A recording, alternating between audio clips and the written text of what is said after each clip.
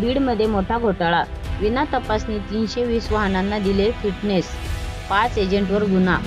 बीड प्रादेशिक परिवहन विभागात आरटीओ एक खळबळजनक प्रकार उघडकीस आला आहे.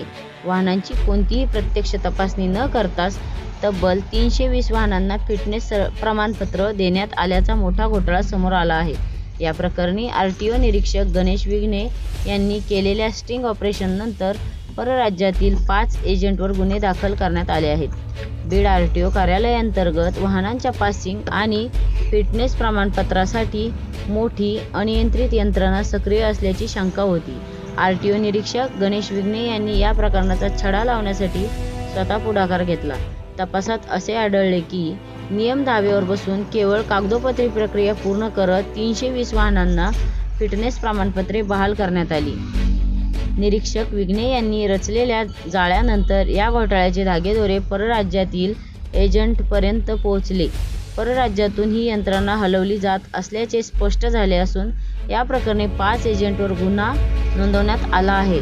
एकाच वेळी इतक्या मोठ्या प्रमाणावर बोगस फिटनेस प्रमाणपत्रे दिल्याने रस्ते सुरक्षेचा प्रश्न ऐरणीवर आला आहे. या प्रकरणात आरटीओमधील आणखी कोणाचे साटेलोटे आहे का याचा अधिक